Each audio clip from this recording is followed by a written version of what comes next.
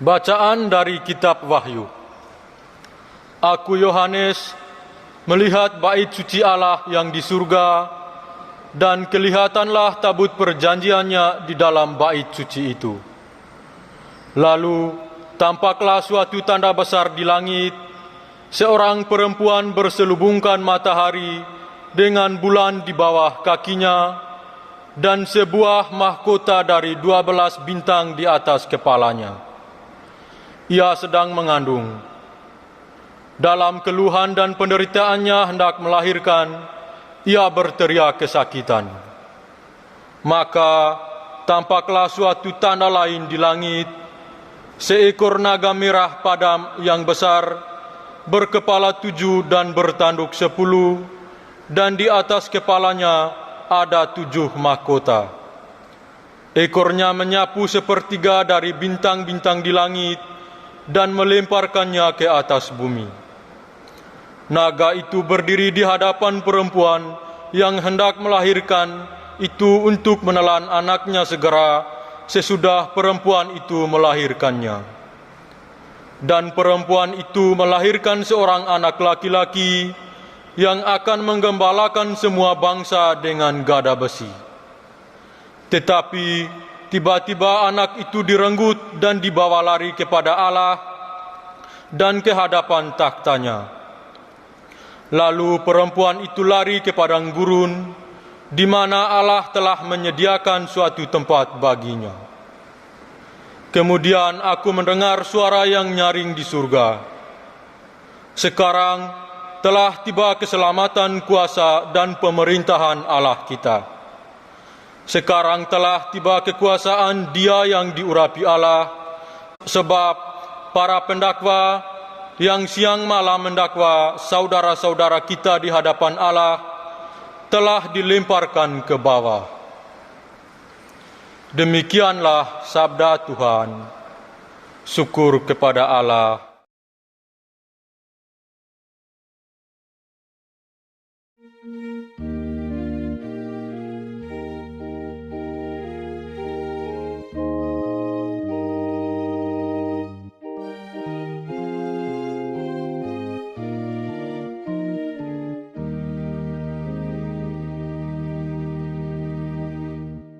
Sebelah kananmu berdiri permaisuri,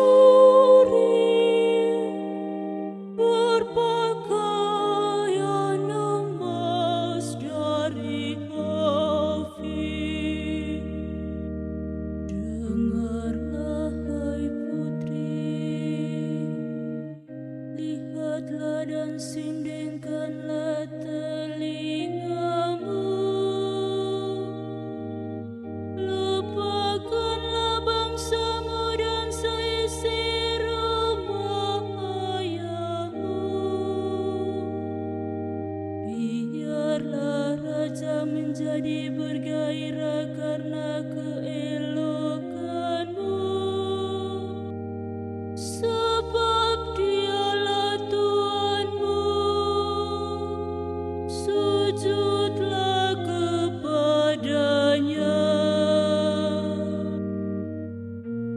Di sebelah kananmu berdiri permaisuri,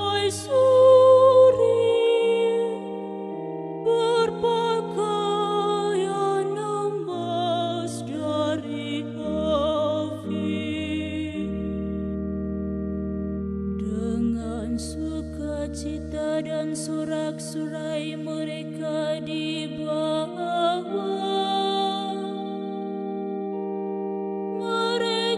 Masuk ke dalam istana raja. Di sebelah kananmu berdiri permaisuri, berpakaian emas dari api.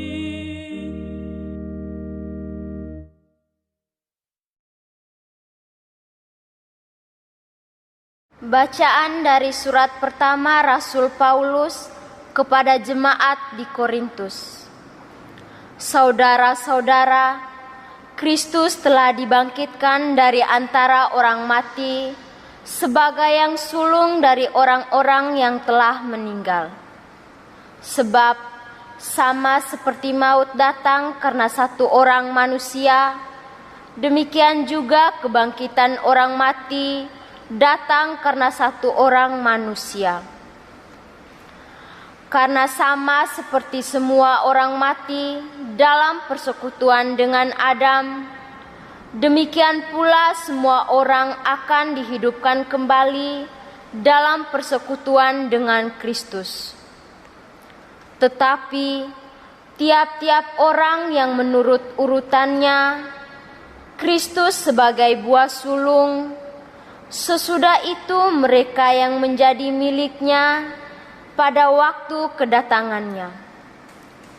Kemudian tibalah kesudahan, yaitu bila mana Kristus menyerahkan kerajaan Allah kepada Allah Bapa, sesudah Ia membinasakan segala pemerintahan, kekuasaan, dan kekuatan. Karena Kristus harus memegang pemerintahan sebagai Raja, sampai Allah meletakkan semua musuhnya di bawah kakinya. Musuh terakhir yang Ia binasakan ialah maut. Demikianlah sabda Tuhan. Syukur kepada Allah.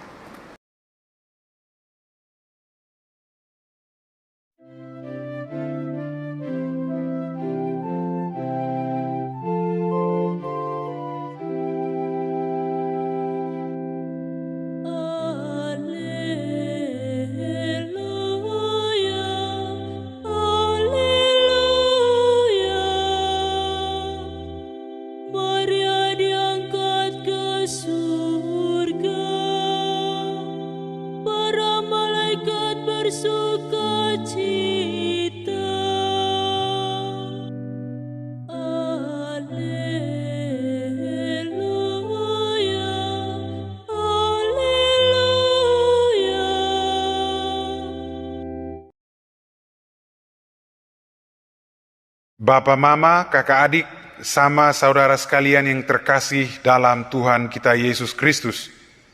Pada hari ini gereja sejagat merayakan Hari Raya Maria diangkat ke surga.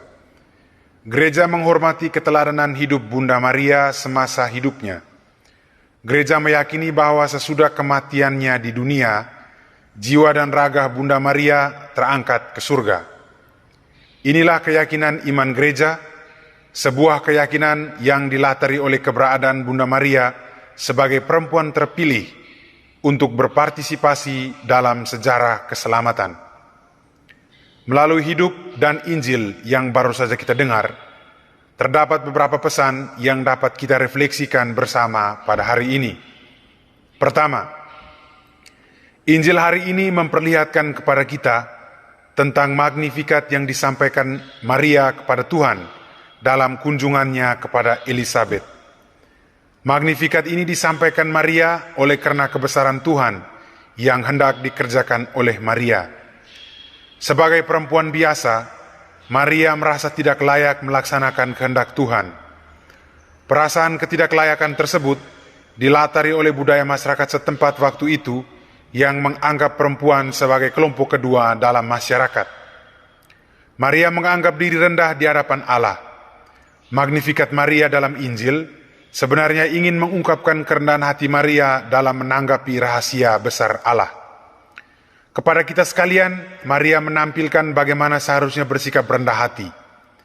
Dengan bersikap rendah hati, Bunda Maria mengajarkan bahwa kita tidak hidup sendirian, bahwa kasih Allah yang luar biasa itu harus juga diwartakan kepada orang lain dengan mau melayani dan mau memberikan diri. Bersikap rendah hati berarti mau meninggalkan ego pribadi dan mau menyapa saya yang lain di luar diri saya. Kedua, meneladani Maria berarti mau meneladani kesetiaannya. Maria adalah sosok yang mengikrarkan kaulnya kepada Tuhan dan menghidupi kaul itu sepanjang hidup. Fiat voluntas tua adalah kaul yang diikrarkan sekali dan dihidupi selamanya oleh Bunda Maria. Maria mempersembahkan kepada Tuhan yang terbaik dari dirinya. Ia mempersembahkan kepada Tuhan yang paling terdalam darinya, yakni kehendaknya. Ia berkehendak mempersembahkan kepada Tuhan kehendak dan membiarkan dirinya hadir sebagai pelaksana kehendak Tuhan.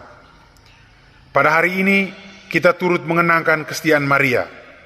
Maria mengajarkan bagaimana menjadi setia dalam tugas harian, sebagai bapa, sebagai ibu, sebagai anak, sebagai guru, sebagai pelayan Tuhan, dan banyak profesi lainnya. Ketiga, Maria juga adalah sosok perempuan revolusioner pada masanya. Pada masanya, marginalisasi banyak terjadi dalam banyak aspek kehidupan. Salah satu kelompok marginal yang hidup pada masa itu adalah perempuan. Keberadaan perempuan tidak sebagaimana laki-laki. Patriarkat terjadi dalam banyak aspek kehidupan. Oleh aspek patriarkat yang dimaksud, keberadaan perempuan hampir selalu kurang memperoleh tempat yang sama sebagaimana laki-laki. Namun, Maria dalam Magnificat hari ini menampilkan kebesaran Allah yang tidak hanya melalui kebesarannya, namun melalui penyertaan Allah kepada orang-orang kecil. Ia mencerai-beraikan orang yang congkak hatinya, menurunkan orang-orang berkuasa dari tahtanya, meninggikan orang-orang rendah, melimpahkan segala yang baik kepada orang yang lapar, dan menyuruh orang kaya pergi dengan tangan hampa. Ia menjadi sosok revolusioner berkat ungkapan kebahagiaan dalam roh yang diungkapkan Maria. Keberanian yang ditampilkan Maria adalah keberanian seorang perempuan sederhana yang ingin mengungkapkan kepada khalayak bahwa terdapat banyak praktik ketidakadilan dalam hidup pada masanya. Bunda Maria ingin mengungkapkan bahwa kasih dan kebesaran Allah itu melampaui semua batas manusia, juga semua bentuk ketidakadilan yang ada. Meneladani Bunda Maria di masa-masa pandemi seperti sekarang ini adalah dengan mau mendoakan semua mereka yang memiliki kebutuhan mereka masing-masing, mendoakan semua mereka yang sedang terbaring sakit, semua mereka yang sedang dalam sakratul maut, dan mendoakan semua mereka yang sudah berpulang di masa kritis ini. Pada hari raya Maria diangkat ke surga ini, kepada kita sekalian penginjil mengajak kita untuk meneladani kerendahan hati Maria, menghidupi kesetiaannya, dan bersama mendoakan mereka yang hingga kini masih menderita oleh karena situasi yang sedang kita alami bersama. Semoga